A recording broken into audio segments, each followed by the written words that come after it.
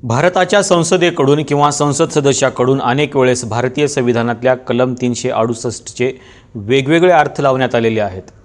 कलम 368 अंतर्गत भारतीय संविधानामध्ये जे काही अमेंडमेंट करण्याचे अधिकार संसदेला देण्यात आलेले आहेत, त्या अधिकारामुळे संसदेला सातत्याने असं वाटत आलेलं आहे की संसद ही सुप्रीम पॉवर आहे। अर्थातच ती जे तिन्ही पिलर आहेत लोकशाहीचे, कायदेमंडळ, कार्यकारी मंडळ आणि न्यायमंडळ, याच्यापेक्षा आपण सर्वश्रेष्ठ आहोत असं त्यांना वाटत असतं। या तिन्ही घटकामध्ये सर्वश्रेष्ठ कोण आहे हा वाद सातत्याचा राहिलेला आहे। तो फक्त आजच्या कालखंडातला नाही किंवा जगदीप धनखड म्हणजे भारताचे उपराष्ट्रपती म्हणतात म्हणून नाही, तर काँग्रेसच्या कालखंडामध्ये देखील हा संघर्ष सातत्याने सुरू राहिला होता। हा संघर्ष नंतर केशवानंद भारती खटला आणि मिनर्वा मिल्स प्रकरण आणि LIC ऑफ इंडिया हे प्रकरण, ह्या तिन्ही प्रकरणामध्ये सोडवण्यात आला आणि सर्वश्रेष्ठ कोण आहे याचा निकाल देण्यात आला।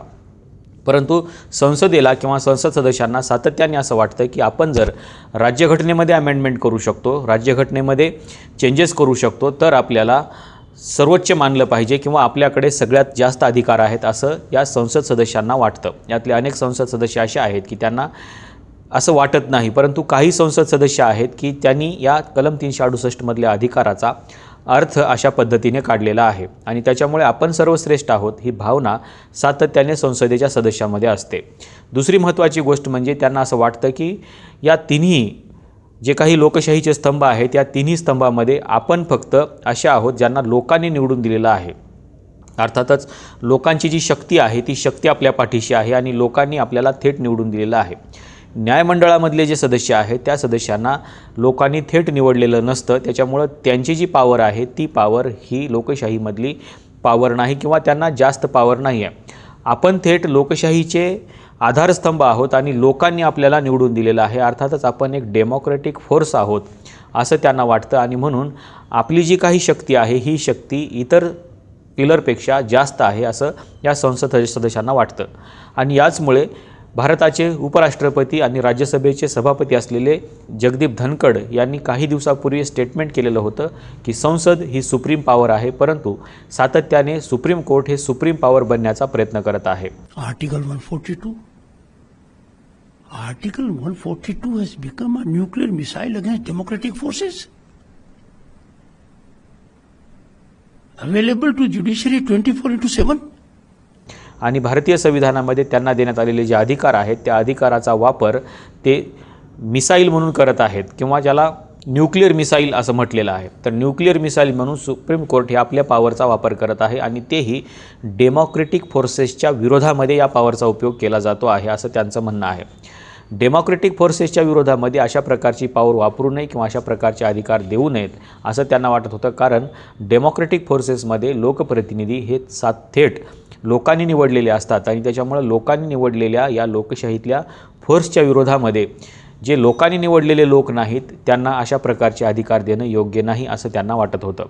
दिल्ली विद्यापीठाच्या भाषणामध्ये त्यांनी याचा स्पष्टपणाने उल्लेख केलेला होता की ही जी काही सुप्रीम पॉवर आहे किंवा हा जी काही भारतीय संविधानामधला सुप्रीम कोर्टाचा अधिकार आहे त्याला न्यूक्लिअर मिसाईलचा म्हणून वापर केला जातो आहे आणि हे डेमोक्रेटिक फोर्सेससाठी सगळ्यात धोक्याचं आहे आणि घातक आहे असं जगदीप धनखड यांचं म्हणणं होतं। त्यांना पाठिंबा देत असताना अनेक खासदारांनीही त्यांना पाठिंबा दिला होता आणि त्यांनाही असं वाटत होतं की जगदीप धनखड जे बोलत आहेत ते योग्यच आहे।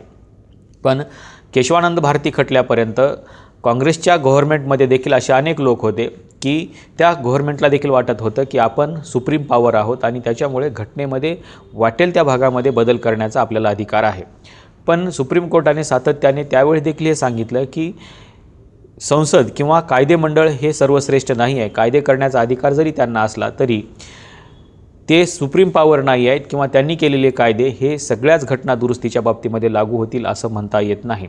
त्या कायद्याच्या समीक्षा करण्याचा अधिकार सुप्रीम कोर्टाला आहे आणि तो कायदा जर एखाद्या वेळेस भारतीय संविधानामधल्या फंडामेंटल राईट्सला धोका ठरत असेल किंवा फंडामेंटल राईट्सचं व्हायोलेशन करत असेल तर त्याची समीक्षा करून तो कायदा रद्द करण्याचे अधिकार हे सुप्रीम कोर्टाला आहेत, कारण सुप्रीम कोर्ट त्या कायद्याची समीक्षा करतं। आणि त्याच्यामुळं सुप्रीम कोर्टाचं म्हणणं असं होतं की भारतीय संविधानामध्ये कलम 368 जरी देण्यात आलेलं असलं तरी त्या कलम 368च्या नंतरही भारतीय संविधानामध्ये देण्यात आलेलं आर्टिकल 13 जे आहे हे आर्टिकल 13 फंडामेंटल राईट्सचं प्रोटेक्शन करतं आणि ते प्रोटेक्शन आपल्याला दूर करता येत नाही। जर फंडामेंटल राईट्सचं व्हायोलेशन करणारा एखादा कायदा अस्तित्वात आला तर त्याची समीक्षा करणं आणि त्याला रद्द करण्याचे अधिकार हे सुप्रीम कोर्टाला आहे। त्याच्यामुळे फंडामेंटल राईट्सला प्रोटेक्ट करणं हे कलम 368चाही भाग आहे, कलम 13चाही भाग आहे आणि आर्टिकल 32चाही भाग आहे असं सुप्रीम कोर्टाचं म्हणणं होतं। आणि त्याच्यामुळं भारतीय संविधानामध्ये जे काही कलम 368 देण्यात आलेलं आहे त्या अंतर्गत राज्यघटनेमध्ये अमेंडमेंट करण्याचे अधिकार आहेत, पण अमेंडमेंट करत असताना ते अमेंडमेंट हे फंडामेंटल राईट्सला कुठेतरी धक्का पोहोचवतात का हे बघणं देखील तेवढंच गरजेचं आहे। आणि ते जर धक्का पोहोचवत असतील तर त्याची समीक्षा करून त्याला रद्द ठरवण्याचे अधिकार हे सुप्रीम कोर्टाला आहेत, कारण आर्टिकल 32 अंतर्गत लोकांच्या मूलभूत अधिकाराचं संरक्षण करणं ही सुप्रीम कोर्टाची जबाबदारी आहे। ज्याच्यामुळं हा जो काही सगळा गोंधळ आहे हा गोंधळ सातत्याने सुरू होता आणि या गोंधळामध्ये संसदेला असं वाटत होतं की आपण सर्वश्रेष्ठ आहोत आणि न्यायालयाला वाटत होतं की संसद सर्वश्रेष्ठ नाही। आणि त्याच्यानंतर न्यायाधीश एस एम सिक्री यांनी जे जजमेंट दिलं त्या जजमेंटमध्ये त्यांनी सांगितलं की नाही संसद श्रेष्ठ आहे, नाही सुप्रीम कोर्ट श्रेष्ठ आहे, श्रेष्ठ काय आहे तर या देशाचं संविधान श्रेष्ठ आहे। आणि याचाच पुनरुच्चार आता भारताच्या सुप्रीम कोर्टाचे मुख्य न्यायाधीश BR गवई यांनी केलेला आहे आणि त्यांनी असं सांगितलेलं आहे की जर संसदेला वाटत असेल की आपण सर्वश्रेष्ठ आहोत किंवा जे काही लोकशाहीचे आधारस्तंभ आहेत त्या सगळ्यांना जर वाटत असेल तर आपण सर्वश्रेष्ठ आहोत, कायदे मंडळाला जर वाटत असेल की आपण सर्वश्रेष्ठ आहोत, कार्यकारी मंडळाला वाटत असेल आपण सर्वश्रेष्ठ आहोत आणि न्यायालयाला जर वाटत असेल की आपण सर्वश्रेष्ठ आहोत तर हे तिघेही चुकीचे आहेत। कारण या देशामध्ये हे तिन्ही स्तंभ हे भारतीय संविधानाच्या अंतर्गत किंवा भारतीय संविधानाने ठरवून दिलेल्या नियमाला धरून काम करतात आणि त्या अंतर्गतच त्यांना काम करावं लागतं। भारतीय संविधानाच्या कोणत्याही रूल्सच्या अगेन्स्टमध्ये जाणं या तिन्ही स्तंभाला जमणार नाही किंवा या तिन्ही स्तंभाला या भारतीय संविधानामध्ये देण्यात आलेल्या कायद्याच्या बाहेर जाता येणार नाही, त्या चौकटीत राहूनच काम करावं लागतं।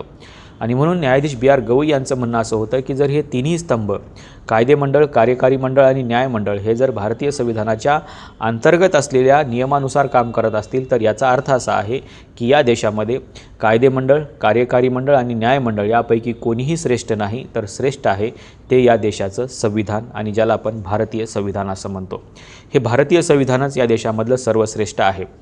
ही बाब न्यायाधीश एस एम सिक्री यांनीही निदर्शनास आणून दिली होती आणि त्यांनी सांगितलं होतं की जरी कलम 368 अंतर्गत भारताच्या संविधानामध्ये अमेंडमेंट करण्याचे अधिकार असले तरीही भारताची संसद हे पूर्णपणे म्हणजेच पूर्ण राज्यघटना नाही बदलू शकत, तिला फक्त दुरुस्त्या करण्याचे अधिकार आहेत आणि त्या दुरुस्त्या देखील मूलभूत अधिकाराला कुठल्याही प्रकारचा धक्का न लागू देता करायच्या आहेत। आणि म्हणून जर असं असेल तर भारतीय संविधानामध्ये एक मूलभूत चौकट आहे आणि त्या चौकटीला धक्का न लावता हे सगळे अमेंडमेंट करायचे आहेत। अर्थातच कलम 368 अंतर्गत फक्त दुरुस्तीचे अधिकार आहेत, घटना बदलण्याचे अधिकार नाहीत असं SM सिक्री यांचं म्हणणं होतं। आणि त्यांनी पुढे जाऊन असंही सांगितलं की भारतीय संविधानाला एक मूलभूत अशा प्रकारची चौकट आहे, त्या चौकटीला मात्र धक्का लावता येत नाही आणि त्याच्यामुळे संसद ही सुप्रीम ठरू शकत नाही। आणि म्हणूनच न्यायाधीश BR गवई यांनी देखील जगदीप धनखड यांच्या या प्रश्नाला उत्तर देत असताना असं म्हटलेलं आहे की कार्यकारी मंडळ, कायदे मंडळ आणि न्यायमंडळ यापैकी कोणीही श्रेष्ठ नाही आणि ही जर बाब तपासायची असेल तर आपल्याला केशवानंद भारती खटला, मिनर्वा मिल्स खटला आणि LIC ऑफ इंडिया हे तिन्ही खटले तपासून बघावे लागतील। आणि या तिन्ही खटल्यामध्ये जे काही डिसिजन देण्यात आलेले आहे, जी काही चर्चा झालेली आहे त्या चर्चेमध्ये हेच सांगितलेलं आहे की कोण सर्वश्रेष्ठ आहे आणि कलम 368 अंतर्गत भारताच्या संविधानामध्ये अमेंडमेंट करण्याचे अधिकार हे कशा प्रकारचे मर्यादित आहेत, त्याचे कोणते नियम आहेत आणि सुप्रीम कोर्ट हे अशा दुरुस्त्या केलेल्या कायद्याची जी समीक्षा करतं ते देखील त्या 368 अंतर्गतच येतात आणि त्याच्यामुळं 368 अंतर्गत राहूनच ही सगळी कामे करायची आहेत आणि त्याची काही नियम देखील ठरवून दिलेले आहेत। त्याच्यामुळे कलम 368 अंतर्गत जे अधिकार संसदेला देण्यात आलेले आहेत ते अधिकार फक्त दुरुस्तीचे आहेत, घटना बदलण्याचे नाहीत। त्याच्यामुळे हे करत असताना संसदेने असे कधीही समजू नये की आपण सर्वश्रेष्ठ आहोत। त्याच्यामुळे आपल्या तिन्हीपैकी किंवा आपल्या तिघांपैकी म्हणजे कायदे मंडळ, कार्यकारी मंडळ आणि न्यायमंडळ या तिघांपैकी कोणीही सर्वश्रेष्ठ नाही, सर्वश्रेष्ठ आहे ती भारतीय राज्यघटना। आपल्याला नेमकं या सगळ्या प्रकरणाबद्दल काय वाटतं हे सांगायला विसरू नका। आजच्या व्हिडिओमध्ये आपण इथेच थांबूया। धन्यवाद।